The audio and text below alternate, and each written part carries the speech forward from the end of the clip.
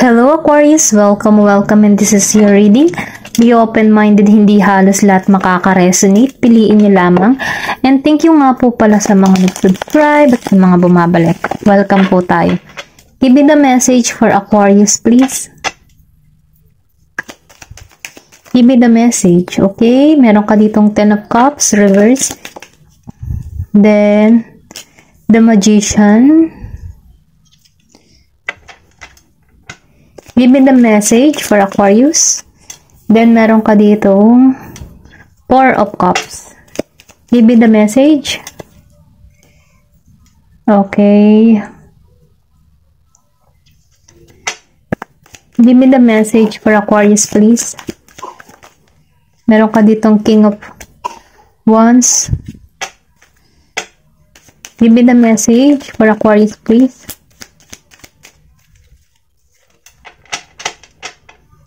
Give me the message for Aquarius, please. Okay. Meron ka ditong Temperance.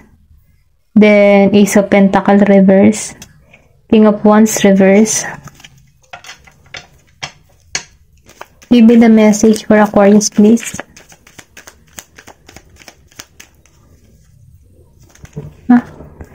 Meron ka ditong 7 of Swords. Okay. Nakikitaan ko dito, no? Meron ditong hindi naging matagumpay ang pag-ibig, love life, or sabihin natin yung family, no?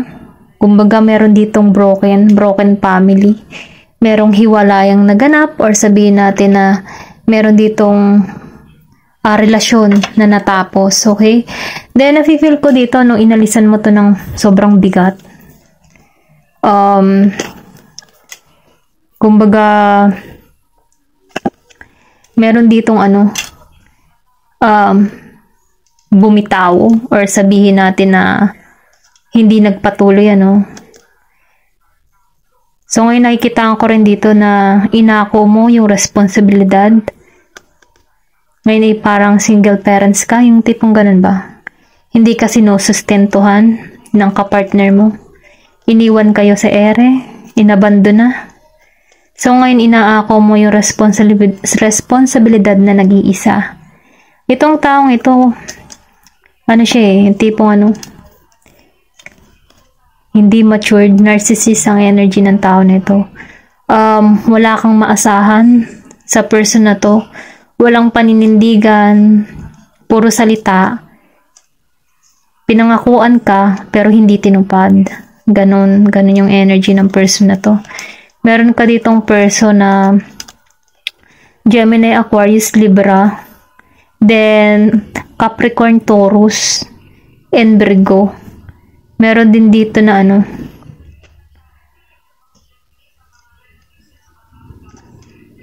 Scorpio, Cancer, and Pisces, Then, Sagittarius, Leo, Aries. Okay, piliin nyo na lamang, ito lang yung nakikita ko dito. Meron ditong tao na, hindi naging tapat sa'yo, hindi naging solid sa'yo, Kumbaga, iniwan ka dito ng luhuan, iniwan ka dito ng may pasakit, hindi pa rin nagbibigay ng sustento. Itong tao na ito, maloko. Kumbaga, walang katinuan sa kanya. Kumbaga, siya, ang tipo na, walang paninindigan, wishy-washy, ganyan, feeling binata, okay? Ito na yung nafe-feel ko. Kahit may mga anak na at asawa, feeling binata pa rin tong tao nito. Yung tipo ba na, walang pinagkatandaan, yun, walang pinagtandaan, ganun ang energy na to.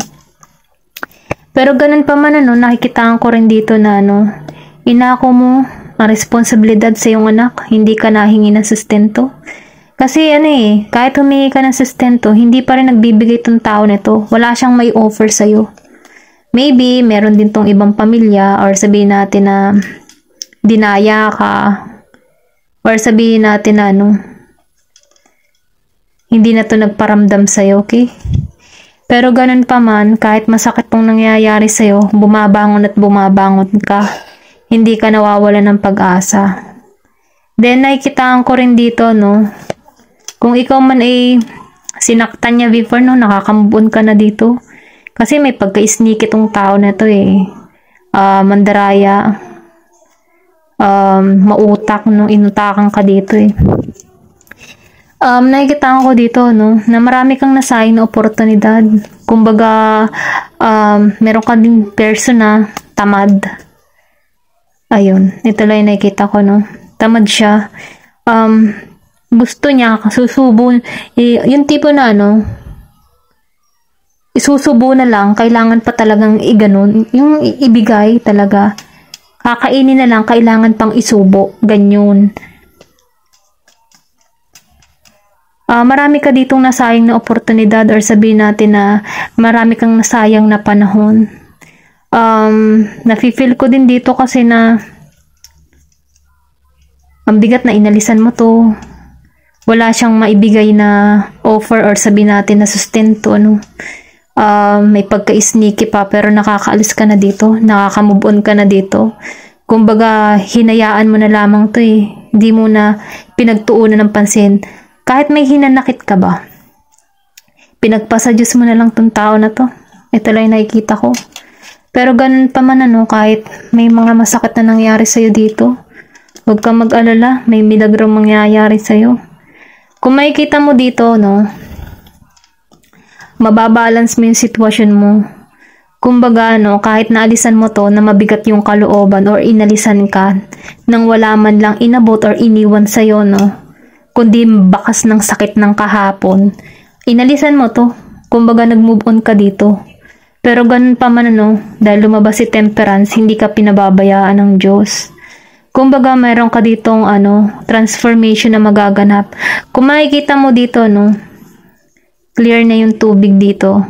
Kumbaga, magkakaroon ng malinaw para sa iyong lahat. Then, nakikita ko rin dito na mayroong kang bagong path na tinatahak na magbibigay sa iyo ng tagumpay, okay? Pero ganun pa man, nakikita ko rin dito na may balance na magaganap. Kung nagigipit ka, mababalansin mo na yung pera mo or sabihin natin ng kabuhayan mo, no? Kasi tinutulungan ka dito. Nakakaraos ka naman sa pang-araw-araw. Kumbaga, kahit nahihirapan ka sa sitwasyon mo, nakakaraos at nakakaraos ka naman dahil hindi ka pinababayaan dito. Then, lumabas doon si The Magician. I think meron ka ditong i-create ng mga bagong ideas or pwede ring sabihin na may bagong oportunidad na parating sa'yo, okay? Nafe-feel ko dito na merong milagro, magic. Kung ano man yung hinihiling mo, matutupad siya. Siguraduhin mo kung ano man yung hinihiling mo kasi madali mo siyang ma-attract. Ito lang yung nakikita ko dito. Huwag kang mawala ng pag-asa. Then, sinasabi din dito na lagi kang magdasal. Kung ano man yung mga gusto mo, ibibigay at ibibigay sa'yo, huwag ka lang susuko. Kasi kung makikita mo dito, merong abundance eh. Kumbaga, namumukadkad na itong mga bulaklak ko. So, ibig sabihin dito, aani ka ng tagumpay. Mahirap man sa sitwasyon yung nangyayari sa'yo before, dito ka papunta, no, sa tagumpay. Bago mo makamit yung tagumpay, marami kang pagsubok na haharapin. Pero ganun pa man, kahit marami kang pagsubok na hinaharap, ginagabayan ka dito, okay? Tingnan pa natin kung ano pa yung mensahe para sa'yo.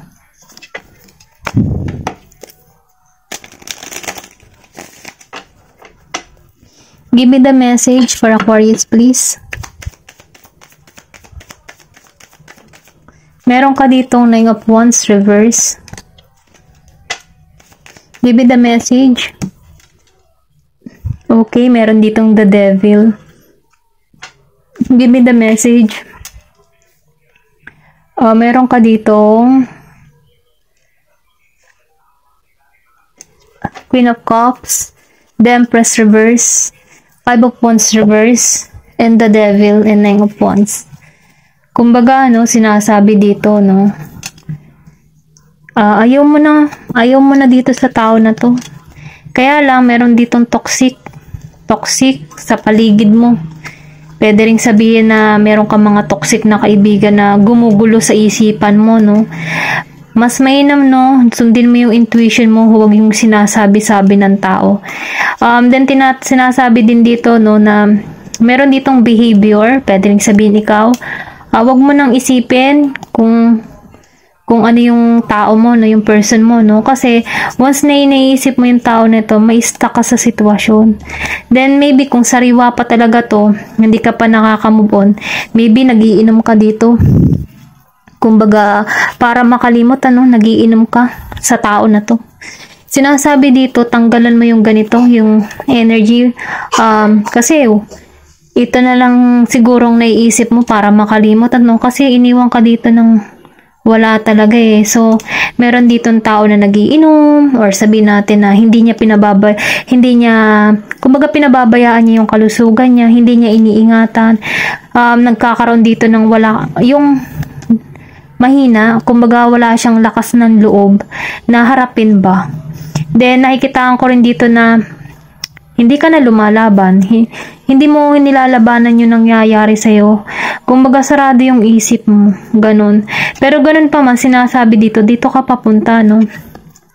Kapag nalampasan mo tong mga pagsubok na kinakaharap mo at yung, sabi natin na, yung bisyo, na nagiinom, naninigarilyo, or pwede rin sabihin na may bisyo ka na hindi maganda na nakaka-apekto sa kalusugan mo, tanggalin na, no? Yun yung minumungkahi dito. Huwag ka magpasakop, huwag ka magpakontrol sa negatibong isipan na pumapasok sa isipan mo, okay? Kumbaga sinasabi dito, hindi mo kasi pinaglalabanan, maybe may addiction ka na sa mga ganyang ang hirap mo. Kumbaga nahihirapan kang disiplinahin yung sarili mo, okay? Hindi halos lahat, ito lang yung nakikita ko. Kaya lang sinasabi dito, tulungan mo yung sarili mo, alisan tong ganitong sitwasyon. Kasi, sarado eh. Nafe-feel ko dito na hindi mo na alam yung gagawin, okay? Pero ganun pa man, humanap ka ng lakas na loob, Kung iniwan ka man ng person mo na walang-wala, kasi ito, at ikaw na lamang ang tinira, or sabihin natin, iniwan kayo ng anak mo, ganyan. Sinasabi dito, na nakikita ko kasi dito na pinababayaan mo rin dito yung anak mo. Kumbaga, wala ka nang pakialam, ganyan. Kasi mas umiikot ang mundo mo dun sa tao nang iwan sa'yo. Pero tanggalan mo to, kumbaga ginigising ka dito. Naalisan to, paglabanan mo tong nararamdaman mo. Kasi sayang eh, okay? Kasi dito ka papunta sa Queen of Cups. Magkakaroon ka dito ng kaliwanagan. Kumbaga, ginigising ka dito minumulat ka sa katotohanan. Kung makikita mo dito, may abundance na naghihintay sa'yo. At sinasabi din dito na magkakaroon ka ng kalinawan, okay? Kumbaga, may mamamanifest ka dito Huwag kang susuko, sa hamon. Huwag kang susuko sa hamon ng buhay, Kumbaga, pagsubok lamang to. At alisan mo to yung mga bisyo, kung meron ka mang bisyo. Kasi meron mga tao, hindi halos lahat, kapag halimbawa ay yung masakit na yung nararanasan, dinadaan sa inom ng alak, para ba makalimot, nilulunod ang sarili sa ganun. Pero hindi niya alam na apektuhan yung sarili niya. Kumbaga kahit ba lunudin mo yung sarili mo sa ganyang bisyo, hindi ka naman babalikan ng tao nito. Yun ang iwan sa'yo kasi selfish to Sarili niya lang iniisip niya. Okay? Kaya mas mainam baguhin mo yung mindset mo. Mas pagtuunan mo yung anak mo, family mo, at yung sarili mo. Kasi walang magmamahal sa'yo, kundi yung sarili mo. Walang tutulong sa'yo, kundi yung sarili mo. Kumbaga, ginigising ka dito na tanggapin ang katotohanan at palayain na yung nararamdaman. Okay? Kumbaga, magkaroon ka dito ng panibagong hobby. Ngayon, wala kang lakas na loob kasi sariwa pa. Pero darating at darating yung point na dito ka papunta, sa balanse. Okay, may milagrong mangyayari sa'yo. Magkakaroon ka dito ng kaliwanagan. May tagumpay na naghihintay sa'yo. Kaya sinasabi dito, huwag ka mawala ng pag-asa. Okay? Kasi alisan mo to. Yung mga habit na hindi maganda. Ayan lang Hindi halos lahat makaka-resonate. Piliin nyo na lamang. Then tingnan pa natin kumbaga ito'y payo lang dito sa tao na ito. Sa may pagka-devil energy na may bisyo. Kasi, sayang kasi marami yung oportunidad naghihintay kung lulunodin mo lang yung sarili mo sa bisyo. Napapalampas mo yung oportunidad, okay? Kumbaga, napapalampas mo yung opportunity kasi wala kang pakialam, okay? Ayan inaabot na sa yung offer, pero deadma ka lang. Kasi, Ito yung energy mo, kaya dinededma mo yung sitwasyon. Pero kung tutulungan mo yung sarili mo, magkakaroon ka dito ng kaliwanagan. Magkakaroon ka ng balanse. Matatagpuan mo tong tagumpay. Kasi behind the scene pa tong tagumpay na to eh. Nasa malayo pa. Marami ka pang pagsubok na nararanasan hanggang makuha mo tong tagumpay. Okay? Pero ganun pa man, meron ditong magician. Merong milagro magaganap sa'yo. May hiling kang magaganap. Huwag ka lang susuko. Ayun. Tingnan pa natin ang mensahe para sa'yo. Give me the message. Meron ka dito, discernment. Masyadong madami. Give me more. Isa lang. Isa lang daw. Binigay ka to. Lumabas to ng kusa, miracle. Yung sinabi ko kanina, milagro. Darating sa'yong milagro. Kaya huwag kang mawala ng pag-asa, no? Tanggalin mo. Sasabi dito, maniwala ka at magtiwala ka sa sarili mo. Kung inalisan ka, hayaan mo siya, magtuon ka sa sarili mo, tulungan mo yung sarili mong bumangon dahil hindi ka ibabangon ng taong iniwan ka. Okay? Kasi may pagka-sneaky to eh. Dinaya ka. So ngayon, sinasabi dito, tulungan mo yung sarili mo, mahalin mo yung sarili mo dahil walang imposible sa Diyos. Okay? Ito lang yung mensahe. Thank you for watching and love and peace.